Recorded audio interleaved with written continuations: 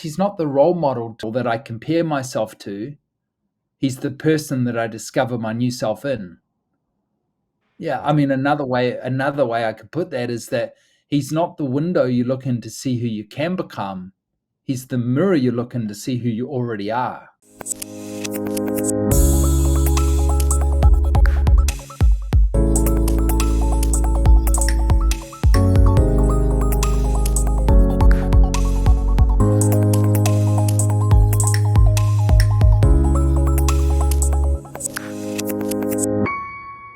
So I'm here with Chris Gore, who I am actually just now meeting. We've been chatting for a few minutes beforehand, and it's been fun, Chris. I'm already looking forward to your visit with us. For those of you who are in the Bay Area, Chris is going to be at Blazing Fire Church, the church that I pastor, which is in Dublin, California. He's going to be with us the evening of March 23rd. And our website is blazingfire.org, so you can get all the info there. But anyway, Chris, I'm so really genuinely looking forward to it. I can't believe, even though I've been to Bethel Church many times and you were there for a ton of years, we'd somehow missed connection. We never met each other, but just in a few minutes, I feel a pretty close, connection to your heart. So I just want to thank you for coming on and talking to me for a while. Of course, it's a joy. I'm really looking forward to being with you also in a couple of weeks. Thanks. So Chris is actually talking to me from New Zealand, and it's three. This is the crazy part. 3 hours earlier tomorrow, my time. If that made sense to any of you who are watching. So this is actually Friday evening as we're taping this, and so it's Saturday after. I can tell you, Saturday should be a good day. I've lived there. That's awesome. Yeah, tell me what happens in my Saturday, Chris. Well, it was a blue sky all day. That's great. I'm going to take that one. I love it. Yeah. So, I tell me just a little bit about yourself. I know you're married, you have daughters. Tell me a little bit about that, or anything you want to share, just so people know who you are. Yeah, married, 3 daughters, been married 33 years, and we went to Bethel in 2006, became the director of the healing ministries there at Bethel for 16 years, and just really felt like that God had called us back to New Zealand to really see a fire ignited down here. So we've been back just over 2 years and just really out just stirring things up and trying to shake the nation and, creating a gathering and just feeding that gathering. And we've actually got a gathering tomorrow night of just real hungry people that just come together and, go after all that Jesus paid for. So we're having a bunch of fun. Yeah. I love it. A gathering of really hungry people. Can I be there? Yeah. It's great. We do it by invitation only, so we don't open the doors to anyone that wants to come. It's invitation, so we can invite you if you want to come. However, if you got on a plane right now, you're still going to miss it. So I'm just having too much fun right now. Hard to talk when I'm laughing. So let's see. So you're not pastoring a church then, right? No, we're not pastoring church. Really, I really realized that over the years that I have been pastors in churches and at Bethel as a pastor, but it's really nice being sort of slightly on the outside. And I also really feel like that I would lose influence over the nation by pastoring a church, because you know what church is like. You become busy with church stuff, and so it really keeps me free from church stuff to really focus on the people and the nation. Yeah. Okay. I also saw you've written lots of books, some on healing. I saw you have a new release out called Position to Receive and Maintain Your Miracle. And here's my question, Chris. I'm kind of curious because I'm an author too. And so I know that since you already had books out on healing, you wouldn't have written another book on healing unless there was something you were getting at. So what caused you to say, I need to write another book? What's kind of that? It's a great question. religion. My first book was called Walking in Supernatural Healing Power. It was really about how we as believers can walk in power. My second, I've done 8 books, so I'll just talk about 3 of them, but my second main book was called Apprehended Identity, because I realized that people can be taught power, but they still don't know who they are. So that was really bringing in the understanding of who we are in order that we can produce fruit that remains. The third main book, which is called Positioned, was really based around really the number one question that I get is sort of like, well, what do I need to do?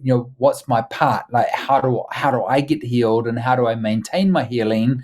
And it came out of also seeing people healed and not maintaining the healing. So several months after they got their condition back. And so, I had quite a profound dream a number of years ago where the Lord visited me in a dream and said, hey, I want you to preach tomorrow on how to maintain your miracle. And in the dream I said, but God, I don't even know the answer to that myself. And he said, that's why I'm here. Get your pen out, start writing. So in the night, I just wrote notes all night. I woke up in the morning hoping those notes were there. They weren't. It was in the dream, and had to quickly write everything down. And really that sort of formed into the book of how do we, when you are the one that needs the healing, what do you do in order to receive? And how do you maintain what you just received? Okay. Yeah, so that was really the heart about it. Yeah, what would you say, like people watching? I'm sure there's people, that need healing. What would you say to them? What were, just a couple of the main points of how, first of all, to receive a healing? Well, I think one of the main points, as much as I love theology of healing, and we could talk theology all night, we wouldn't need to discuss theology if we had a revelation of the heart of the Father.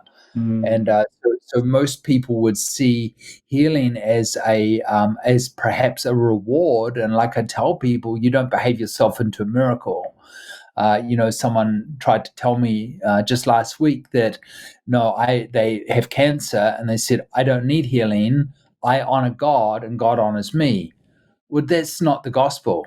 Of course, we honor God, but he doesn't honor us because we honor him. So therefore we behaved ourselves into the miracle. So here you go. Now here's your healing. So I feel like I didn't say this to them, but I feel like saying, so if you pass away, did you then not honor God enough? So we end up in this very much this performance mentality, if we're not careful, of really performing for our miracle, thinking it's something that we must do. I put it like this: is that grace is opposed to works, but it's not opposed to putting in an effort. And many of us are actually working for it, but grace is not about doing anything. It's like, oh, well, some people would say, well, under grace, we just don't have to do anything. If God wants to heal me, God will heal me. Or that's on the extreme Calvinistic, line, is that everything that happens is from God. And I'm not there. So if we look at Luke 17 and Luke 18, the rich young ruler comes to Jesus and says, not that this is necessarily healing, but the rich young ruler comes and says, what must I do to be saved? And Jesus says, you must keep all my commands. And the rich young ruler says, I've done all that. And Jesus said, well, there's one more thing.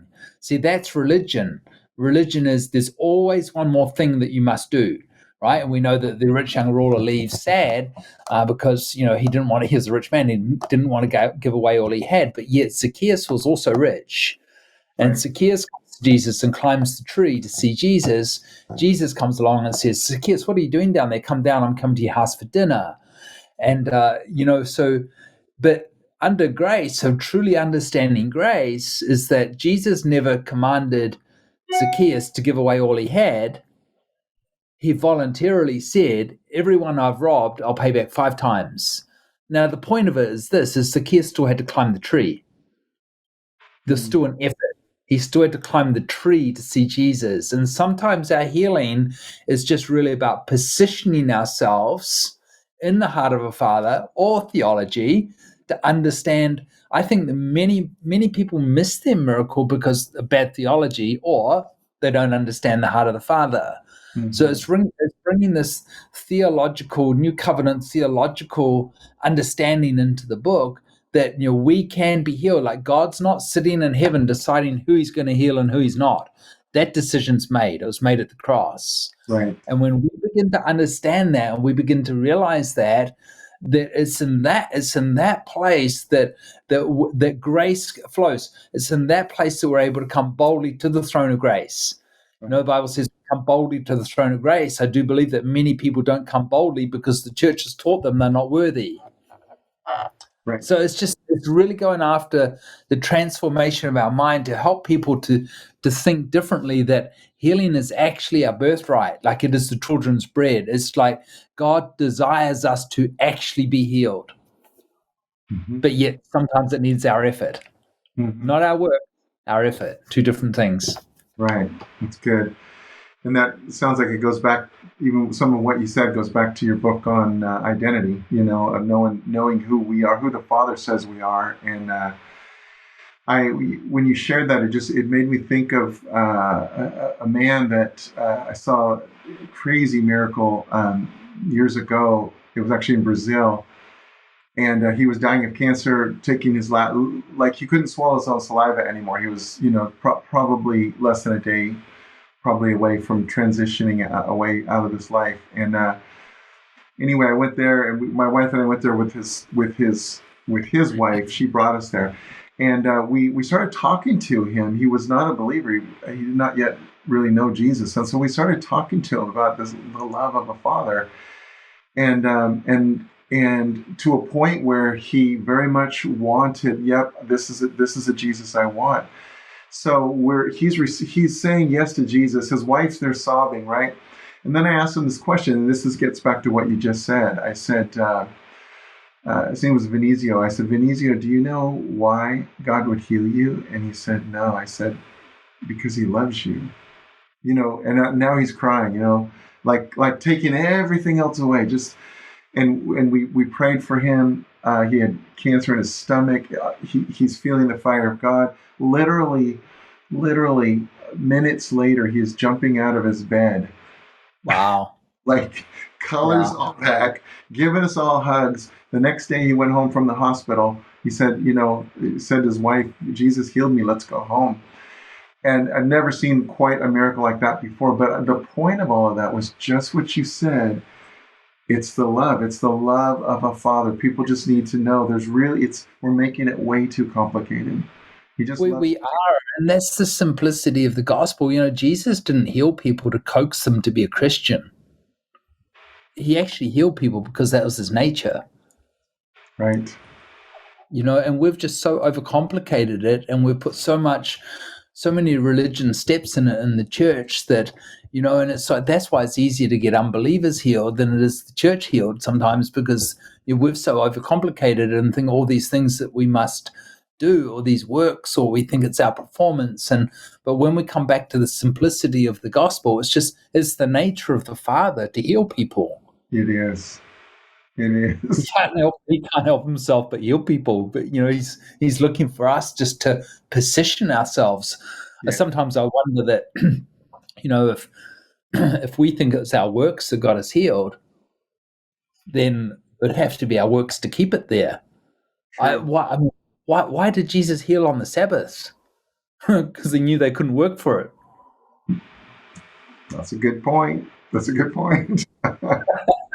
And another way of saying it too is if there was something we had to do, then that would give us reason to boast. And Paul says we don't have any. Yeah.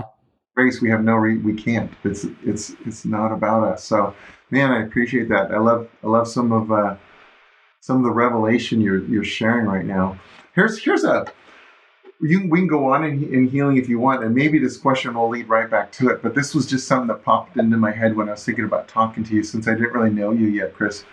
Is what would you say is your life message? What's your lane? What's the thing that really, like, you keep going back to? No matter what you talk about, this is the thing you just keep going back to. The finished works of the cross. Okay, what's that mean to people who wouldn't even know what you're saying? What's the finished? Would understand that when Jesus hung on a cross and he said it is finished, it is. The works are done.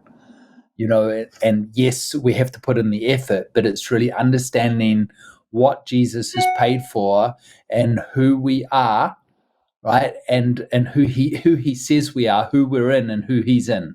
So it's really probably the finished works of the cross and understanding our identity as believers. I do believe that most believers wouldn't understand who they are, and if we're not careful, then what we do becomes who we are, which is not who we are, because who we are is who he says that we are, according to Romans 5:19, is that we are who he says we are, not by what we do, whether that be bad or good.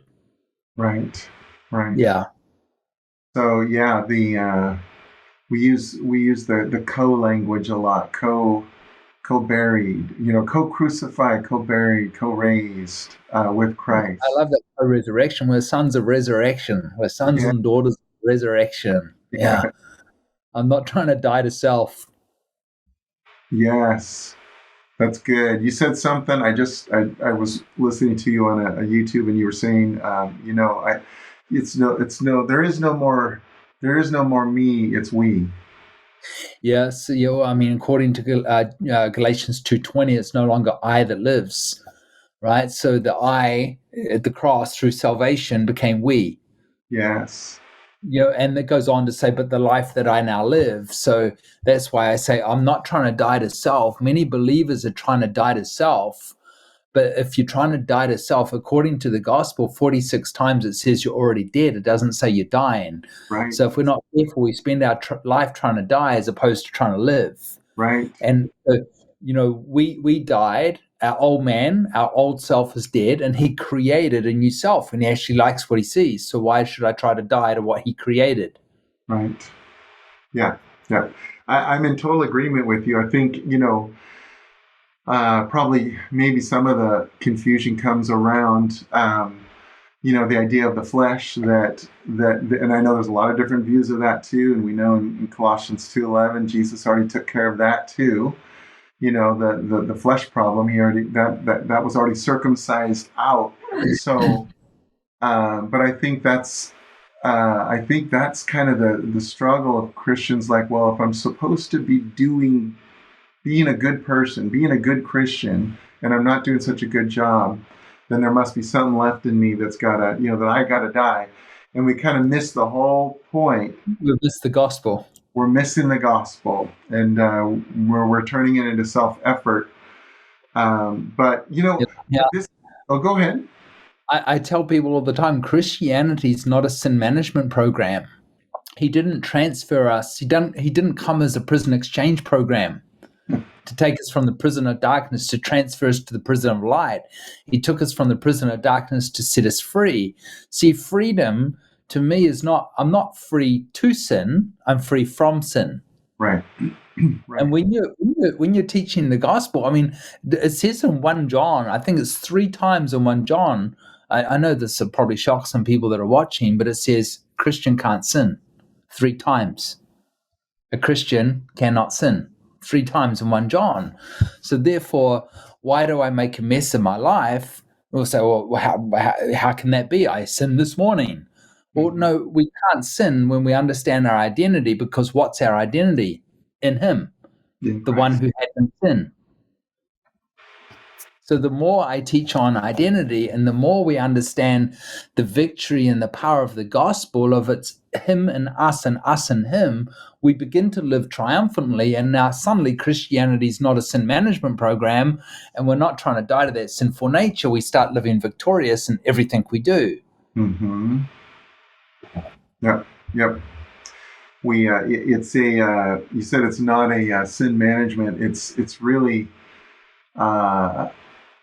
It seems to me more to be like a process of believing what already is. Believing. Absolutely. Yeah. I tell people, what did I say last week? It just popped out of my mouth randomly. I said, I'm not trying to become like him. Right. I'm on a journey of discovery of what I already have. Right. Yep. So you look at like the old bracelets, WWJD, what would Jesus do? It's like, it's a nice, there's nothing wrong with it because it helped people to be nice. That's good. That's a really good thing. But it's not what would Jesus do. It's what is Jesus doing inside of me? What are me and Jesus doing right now, I think the shortcut to that is understanding who you are.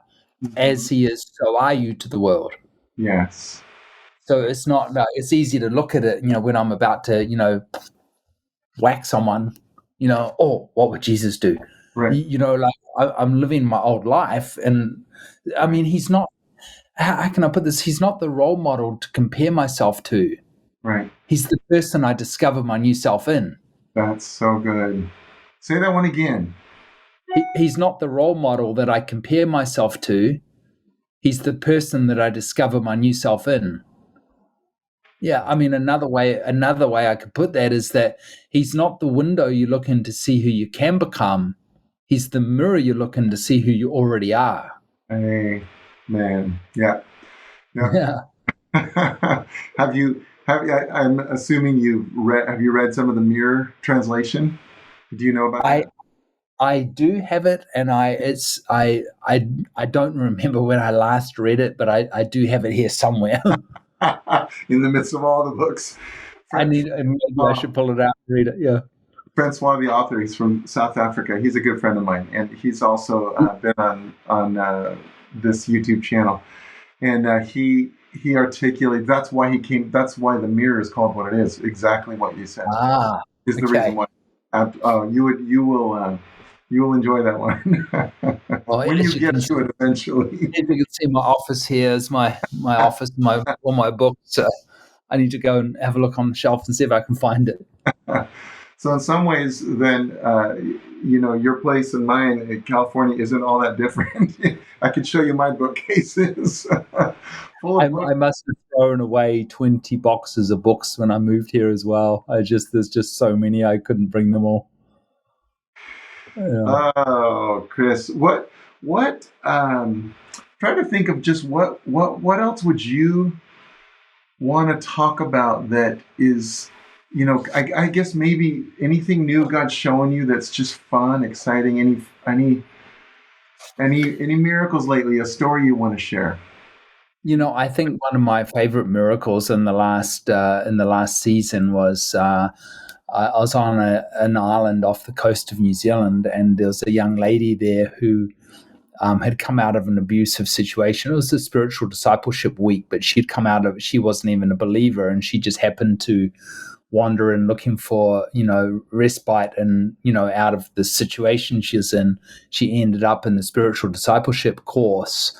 And I didn't know her. I didn't know her background or anything like that. I could see she was in a lot of bondage. And during the week, she just began to, her head was down and she wouldn't look at me. But during the week, I could just see her countenance changing, and she began to look up and connect. And I realized that God was doing something in her life. And then the Thursday night of that week, we had a community dinner where just the community can come for dinner, and they brought a man to me who was 100% stone deaf in one ear because of COVID. Mm. And they asked me to minister to him, and I said, no, I won't. And they looked a little shocked, and I said, because the young lady will. I didn't even know she was a believer. So I pulled her over, and I said to the man's deaf, could you please minister to him and open his ear?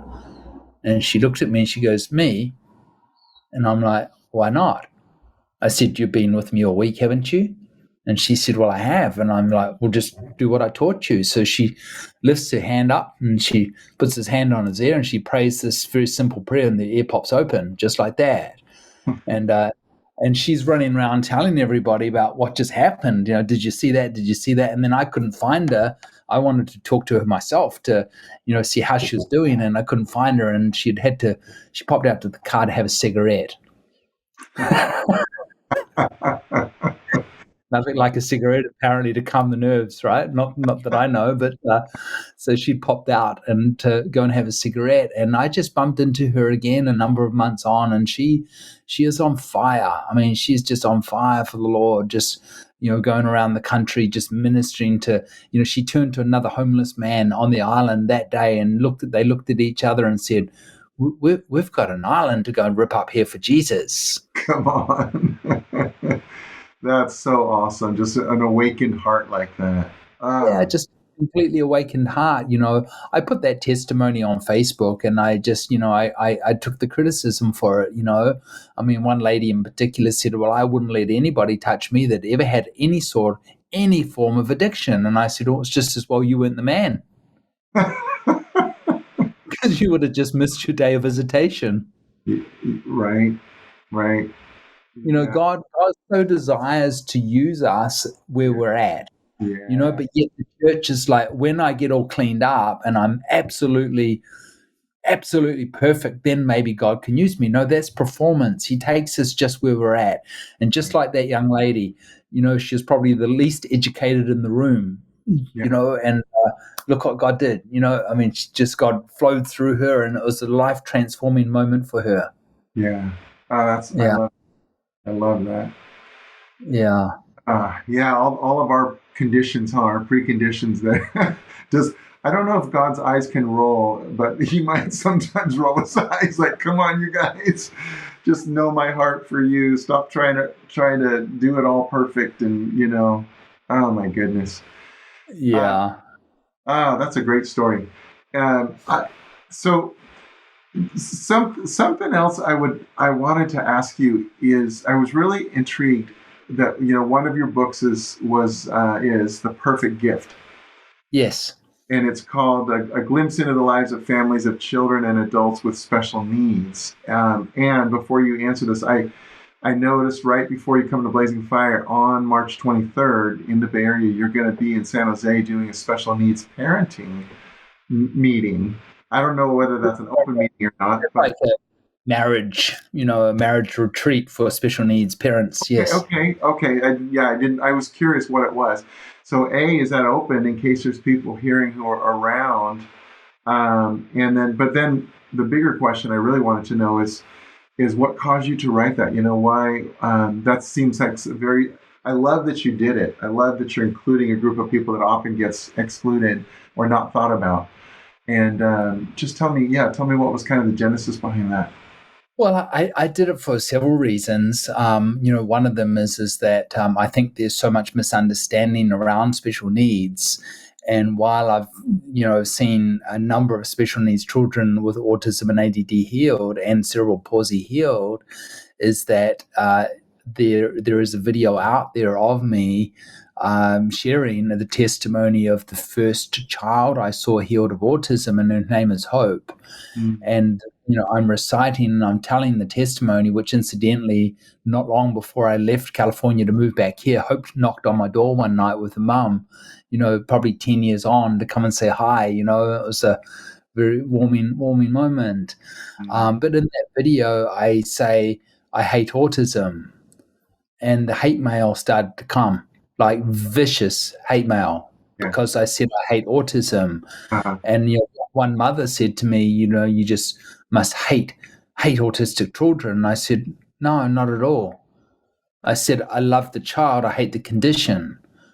And I realized at that point that many parents, they make the identity of the child and the condition of the child one thing. So when they hear me say I hate autism, they think I just said I hate your child. No, I love the child. Do we walk around saying, oh, I just love cancer? We don't treat cancer the same way. We hate cancer, which is the condition, but yet we've become the autism, and that's why I don't say, I don't like it when people say I have an autistic child. You don't have an autistic child. You have a child that has autism. There's a big difference. Because to say it's an autistic child is defining them by their identity. So it's seeing the child, not the condition. That to me, they're two completely different things. So I love children with autism or disabilities or whatever. I mean, they're the delight. My own daughter is 28 and has cerebral palsy and is in a wheelchair. You can't tell me that I don't love her. I love her to pieces, but I absolutely hate the condition that comes alongside that, which is, cerebral palsy, epilepsy, disabilities, etc. But I love her with all my heart. And so it was really the idea of writing the book was to bring some peace to that. Incidentally, I don't think I ever got another hate mail after that book came out on that subject. It just went away. One person, there was one, I will admit, there was one who said that he picked up the book in the doctor's surgery and started to read it. And he said, I threw it down and, I noted your email down and threw it down. And, never read it again. And next time you're going to write about something like this, he said, I might suggest you might go and hang out with a family that has a disabled family member so you could actually know what you're writing about, which to me is just proof that he actually never read the book. He probably read one page, and completely misunderstood my heart. I don't bother replying to those people. They're looking for an argument. I got no time for arguments. I understand. Yeah. Yeah, I love your heart. That's awesome. And I agree with you. We can hate things that are not part of the plan that God had originally intended. When we go back to the garden, and we don't always know all the reasons why, but we do know there's a good Father, right? We know that we have a really good Father. That's the one thing we can hinge everything on. Like, He is so astounding, tender-hearted, and good and kind to us. And so thanks for just being a voice to that. I'm not sure if you have, those that are watching. I'm not sure if there's anything you'd want to release or bless or anything come to mind like that. Yeah, I think that the thing that I'm really after in life is the biggest thing that I'm after is just to see people thrive in life. Mm-hmm. And, we're living in hard times, it's like, even financially, things are tough for many people, and which creates all sorts of other adverse, effects and relational dysfunction and what have you. And it's like, I just really want to remind people that you are not what you're going through. You are who He says that you are. And that's really my heart that burns for that, is to see people thrive in marriages, thrive in life, thrive financially, thrive in health, is that we would actually be everything that God created us and dreams about us, that's what we would be. So that's what really my prayer is that we'd really step into understanding our identity. And, whether we need, whether we're in the midst, I bumped into a man yesterday in the supermarket whose son's recovering from a 12 weeks recovery from hip surgery, a young man who's 7 with cerebral palsy. And I just took him by the shoulders and I just said, listen, I said, let me remind you, your contentment in life is not because you get a miracle. Your contentment in life should be because you've got Him. Right. And when we realize that we have Him, my contentment's not because my daughter's healed. My contentment's because I've got Jesus. Yeah, absolutely. And it's out of that I begin to live triumphantly in all things that I do. If my contentment's going to be in the miracle, then if my miracle doesn't manifest, I'm going to be miserable. Right. Yeah. So that's my prayer. That's my prayer for people, is that we would truly understand our full and true identity of who He says that we are. Right. Amen. Yeah. So, again, for those who are watching this, I just want to bless you with a peace that your Father not only sees you and knows you, but He holds you. He's within you. He's crazy about you, and that. As Chris was just sharing, that the circumstances, we all go through some really hard things, and not to try to gauge like your Father's heart based on how you think things are going. Actually, His heart and His promise is that as we keep looking to Him, leaning into Him, He has this brilliant way of turning everything into something beautiful, even the hard things. I know that from So and that's a long way from saying that God created the hard thing to teach us a lesson. I tell people all the time is that God didn't send cancer to teach you a lesson. He sent Jesus to teach cancer a lesson. Mm-hmm. Big difference. Do we learn a lesson by what we go through? Absolutely. But that's a long way from saying God made you sick to teach you a lesson. He really is a good Father. Very good Father. Kindest guy I've ever met. Chris, thank you. Looking forward to having you soon at Blazing Fire Church. And the next day, just in case you're in the area, the very next day in the morning, Sunday morning, March 24, he's going to be at Freedom Culture Church. That's pastored by Jim and Marty Souza, who are really dear friends of mine, and amazing church out there in Fremont. So that's at 10:30. freedomculture.church is how you get to their website. So, Chris, thank you for your time. And actually, what I'm looking forward to is giving you a hug I don't know, what is it, about a month or so. So, Well, it's less than a month. I leave here Thursday. yeah, you're right. What am I saying? You're right. A couple Yeah, weeks away. So, I leave here Thursday and I go straight to Mexico, do a yeah. conference in Mexico, then pop up to Reading for a couple of days, and I'm down with you. And I just got back from the States this week. That's a lot of travel. It was a busy. It was. I don't normally do that, but there's circumstances on this one that I decided to do it. So I'm still jet lagged. I'm still not sleeping through the night. And by the time I come right, I'll be time to fly again. Grace, thanks so much for chatting with me. Appreciate it so much. Of course. Yeah, I'll see you in 2 weeks. All right.